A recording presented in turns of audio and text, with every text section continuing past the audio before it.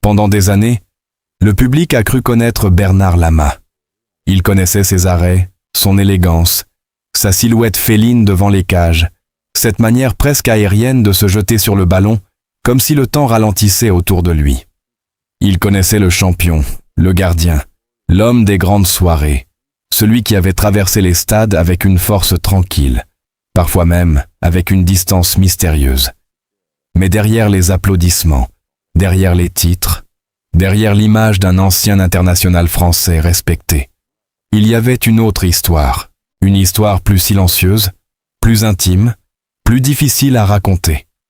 Une histoire que personne ne voyait vraiment, parce que le football, surtout à son époque, ne laissait presque aucune place à la fragilité.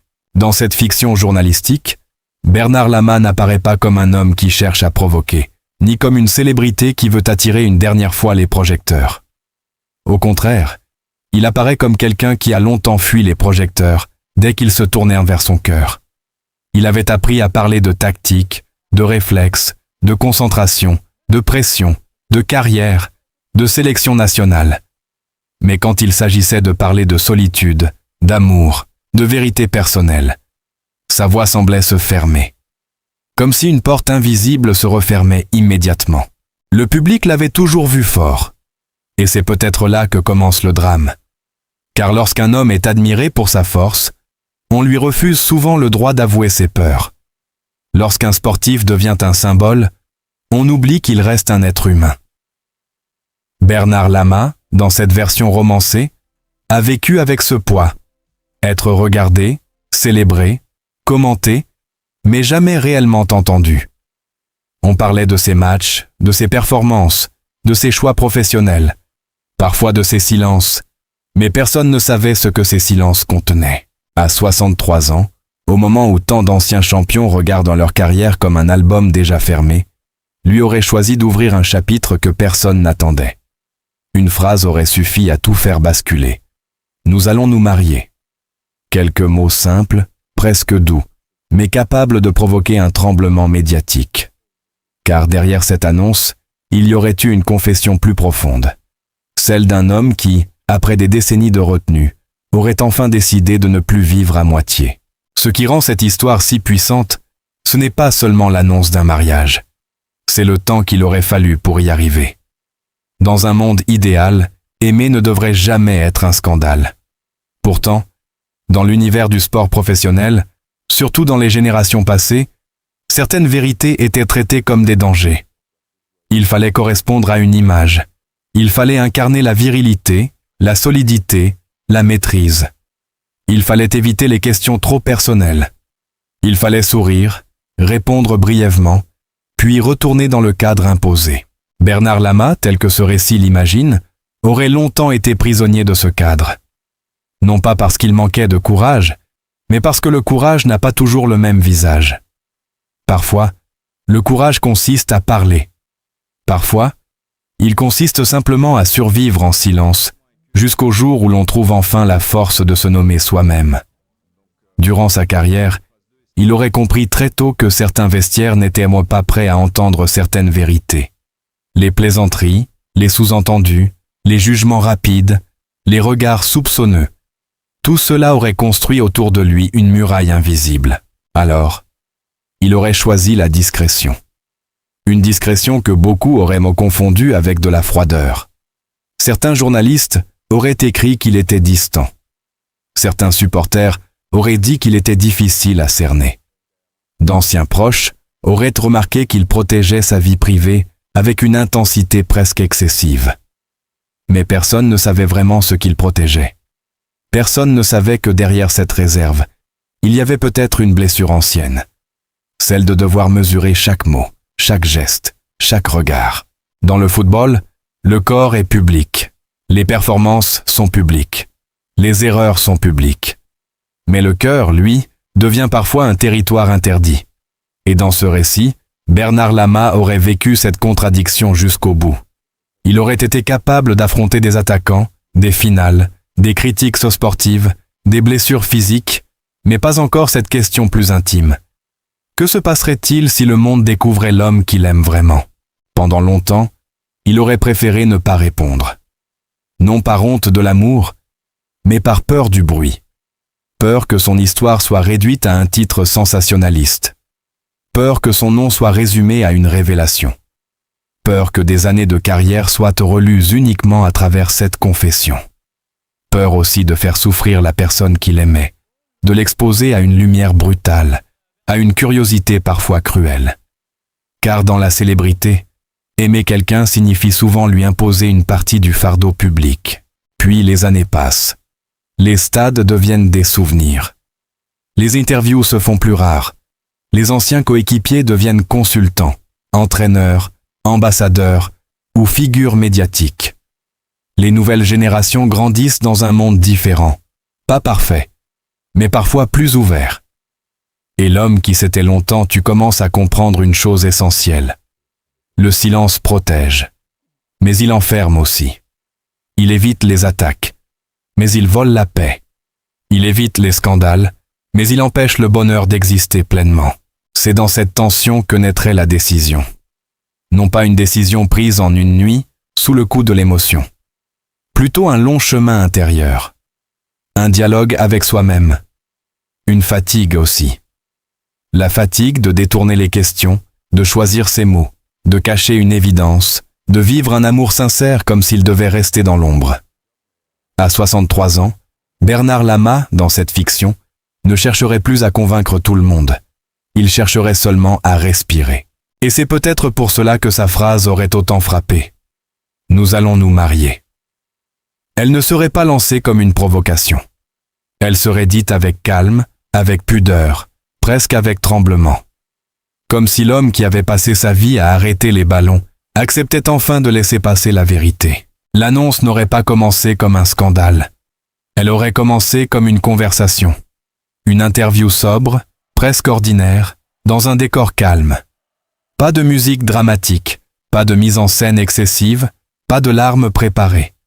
Seulement un ancien champion assis face à un journaliste, les mains jointes, le regard parfois fixe, parfois fuyant. On lui aurait demandé ce qui comptait aujourd'hui dans sa vie. Il aurait marqué une pause, une longue pause. Puis il aurait répondu « la paix et l'amour ». À partir de cet instant, quelque chose aurait changé dans l'atmosphère. Ceux qui connaissent les silences savent les reconnaître. Il y a des silences vides et il y a des silences pleins. Celui-là aurait été plein d'années retenues. Le journaliste aurait compris qu'il ne s'agissait pas d'une réponse banale. Bernard Lama aurait respiré lentement, comme un homme qui s'apprête à franchir une ligne invisible. Puis, d'une voix basse mais ferme, il aurait ajouté « J'ai longtemps cru que ma vie personnelle devait rester dans une pièce fermée. Aujourd'hui, je n'ai plus envie de fermer cette porte. Nous allons nous marier. » La phrase aurait d'abord produit un silence, puis une question. « Nous ?» Bernard aurait souri légèrement, non pas d'un sourire triomphant, mais d'un sourire presque triste. Celui d'un homme qui sait que la vérité est simple, mais que le monde la rend compliquée. Il aurait répondu « Oui, l'homme que j'aime et moi ». Dans le studio, tout aurait semblé suspendu. Pas parce que l'amour entre deux hommes devrait surprendre, mais parce que le nom de Bernard Lama appartenait à un univers où ce type de confession restait rare, surtout chez les anciennes gloires du football. Le choc ne venait pas de l'amour lui-même. Il venait du contraste entre l'image publique construite pendant des décennies et la vérité intime soudain révélée. Très vite, les médias se seraient emparés de l'annonce. Les titres auraient fleuri, parfois élégants, parfois brutaux. Certains auraient salué le courage, d'autres auraient insisté sur le mot « choc », comme si l'existence d'un homme amoureux devait forcément devenir une secousse. Les réseaux sociaux se seraient divisés.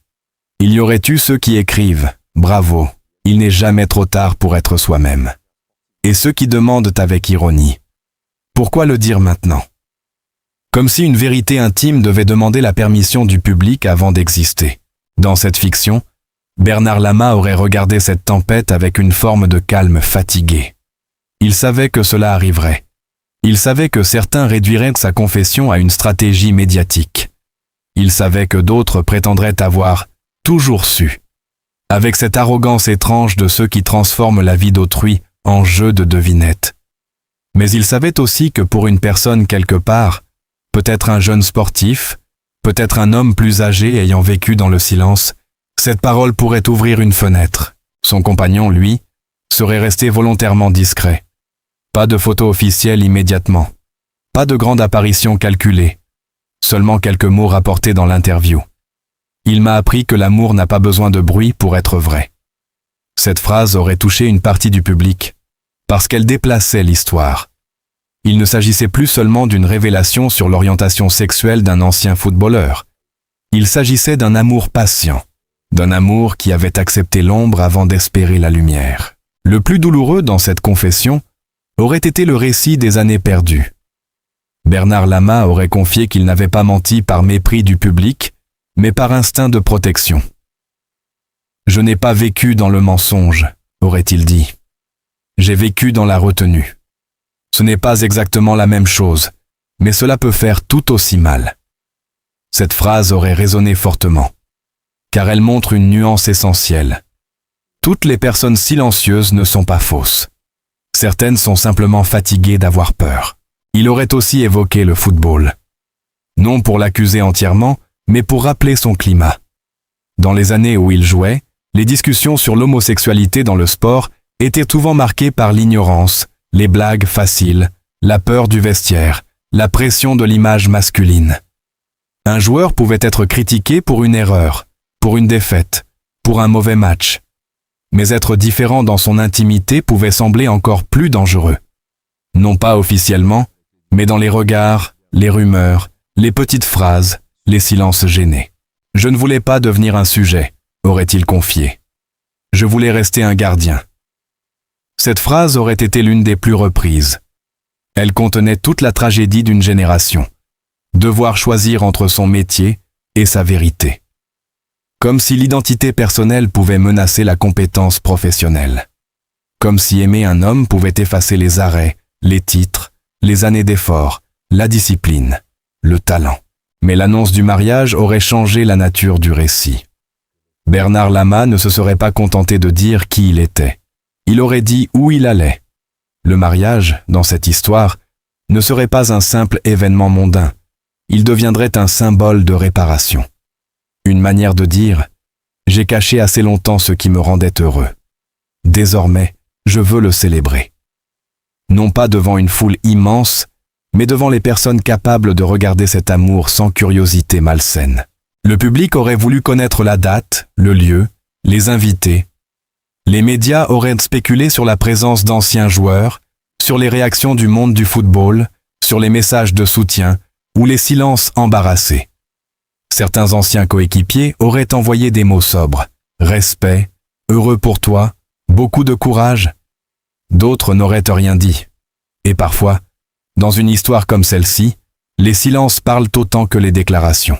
La famille, elle aussi, aurait occupé une place délicate. Dans cette version romancée, Bernard Lama n'aurait pas raconté tous les détails.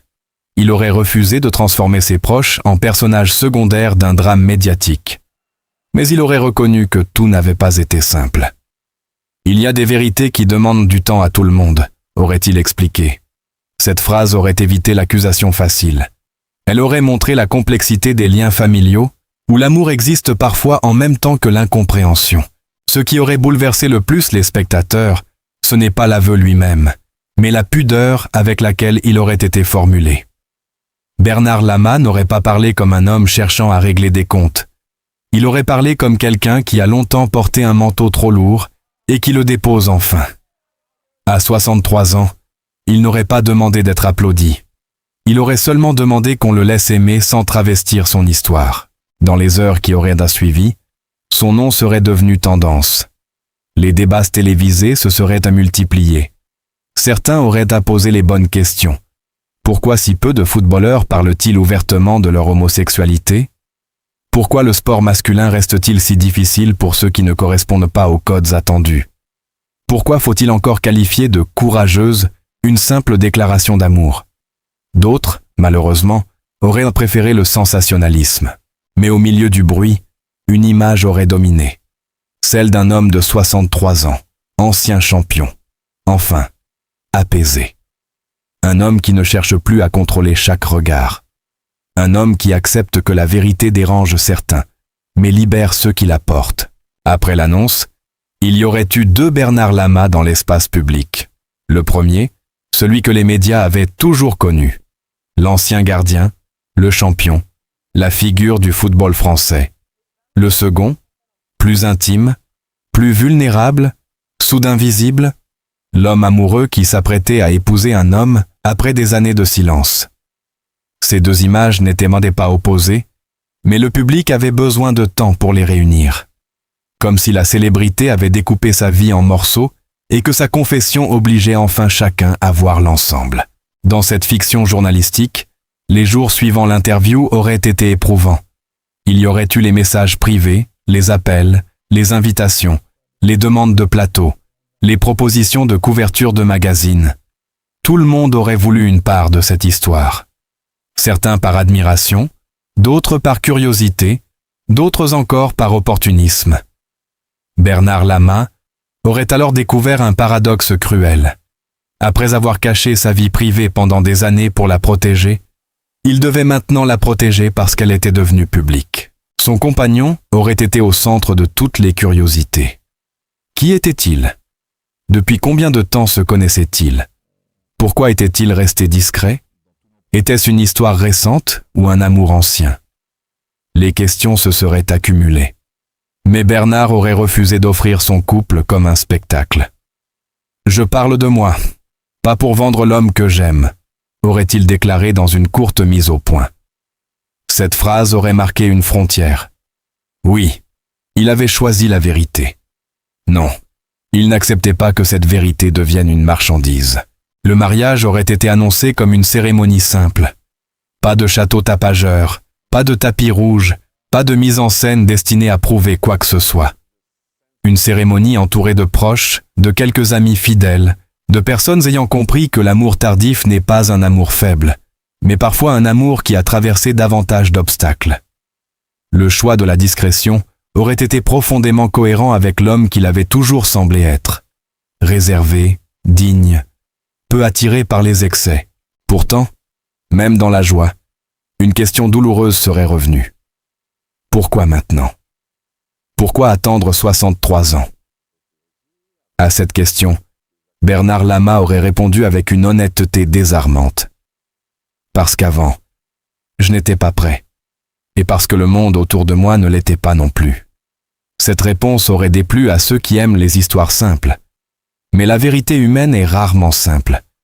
Il ne suffit pas de dire à quelqu'un « sois toi-même » pour effacer des décennies de peur, de normes sociales, de pression professionnelle, de regards familiaux, de risques médiatiques.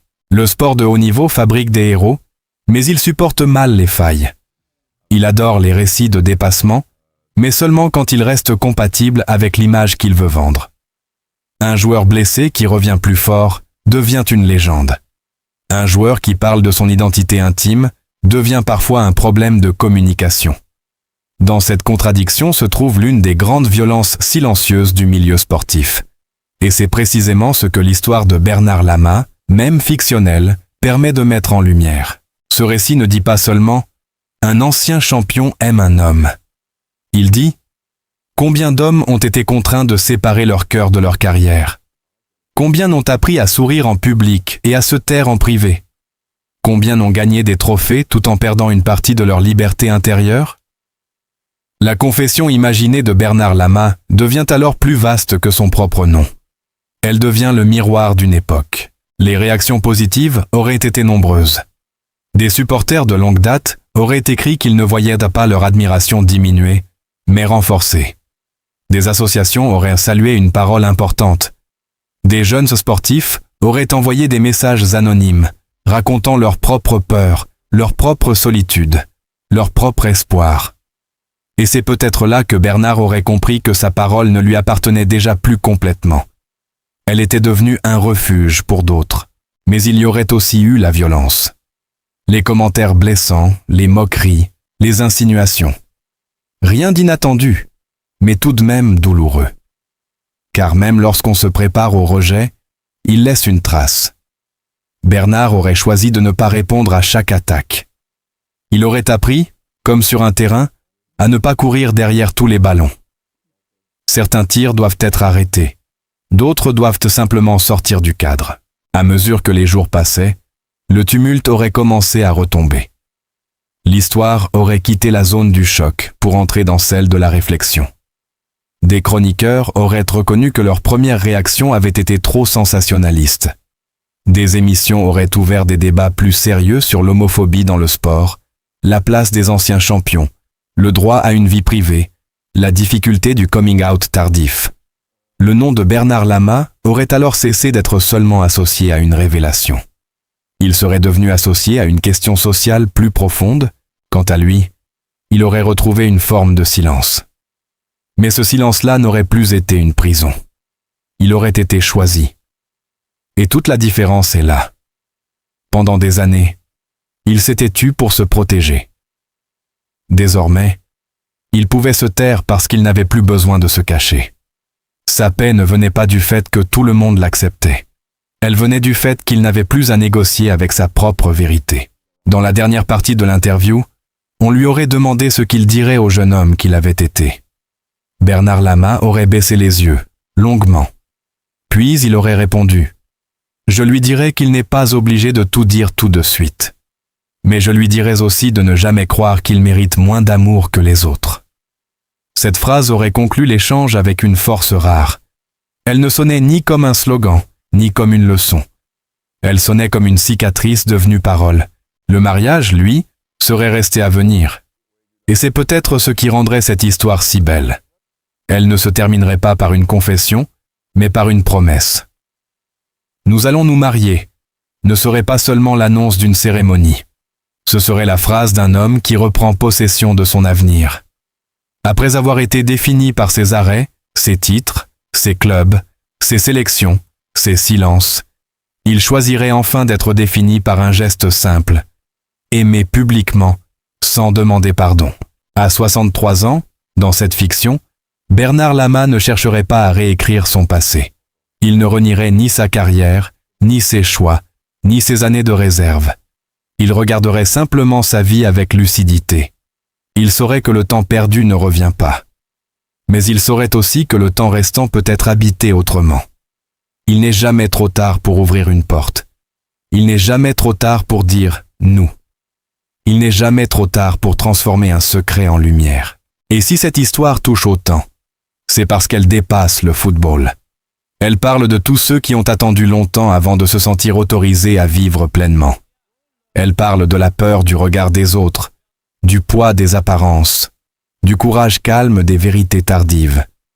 Elle rappelle que les plus grands combats ne se joutaient pas toujours dans les stades. Parfois, ils se jouent dans une phrase. Une seule phrase. Prononcée enfin sans trembler. Nous allons nous marier. Alors, si cette histoire vous a touché, si vous pensez que derrière chaque célébrité se cache une part d'humanité que les projecteurs ne montrent jamais complètement, abonnez-vous à la chaîne.